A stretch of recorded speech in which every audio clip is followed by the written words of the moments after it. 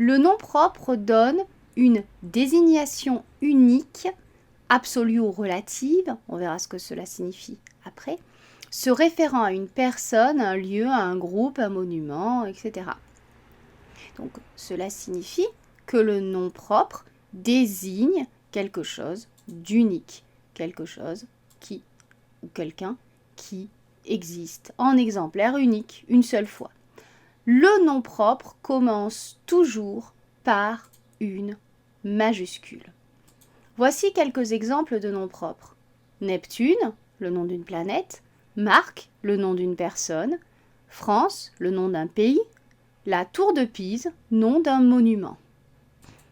Alors chacun de ces noms permet de distinguer la personne ou la chose, désigner des autres personnes ou des autres choses.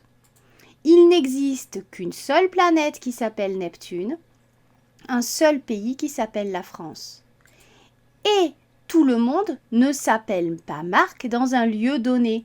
Le prénom Marc est unique quelque part, soit dans un lieu, soit dans une famille, soit dans un groupe d'amis, mais Marc est unique, non pas dans l'absolu, mais de façon relative, c'est-à-dire à certains moments, dans certains contextes précis. Donc on peut dire que le nom propre permet de désigner quelqu'un ou quelque chose qui existe en exemplaire unique. Le mot relatif signifie que cela dépend. Ce n'est pas systématiquement le cas. Par contre, dans certains contextes, ce nom propre sera révélateur d'un exemplaire unique d'un individu ou d'un objet. Alors en général, le nom propre est invariable. Il est rarement précédé d'un déterminant d'autre part. Par contre, lorsqu'il sert à désigner un pays, un continent, une œuvre d'art, une famille, il est exceptionnellement précédé d'un déterminant. Alors la Finlande, comme la France, est précédée d'un déterminant, là. Les Caraïbes, groupement d'îles. Les Durand, membres d'une famille. Remarquons qu'il n'y a pas de S à Durand, contrairement par exemple à l'anglais où quand on parle de différents membres d'une famille, on va mettre le nom propre au pluriel. Un Picasso, un Stephen King, donc un tableau de Picasso, un roman de Stephen King. C'est d'ailleurs une figure de style qu'on étudiera lorsque nous parlerons des figures de style, de dire un Picasso pour dire une œuvre de Picasso ou un Stephen King pour dire une œuvre de Stephen King. Ici, on va mettre une majuscule au début du nom. Alors, le nom commun, comme son nom l'indique, désigne des choses d'une même catégorie ou des êtres d'une même espèce. Voici quelques exemples.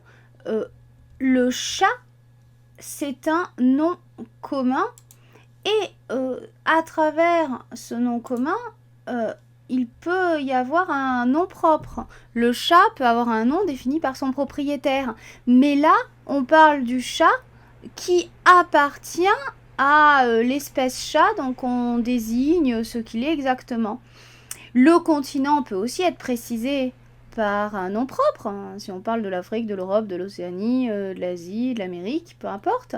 Mais là, on met un nom commun pour dire qu'on parle d'un continent, on ne précise pas lequel. Ma sœur a aussi certainement un nom propre qui la désigne.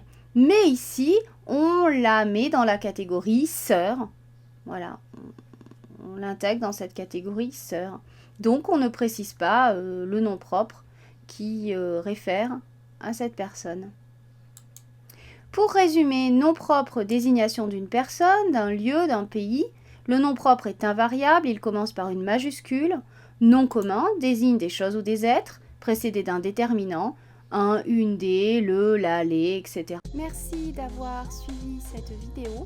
Vous pouvez vous inscrire à la newsletter de mon site internet pour être au courant des nouvelles publications ou encore vous abonner à ma chaîne YouTube.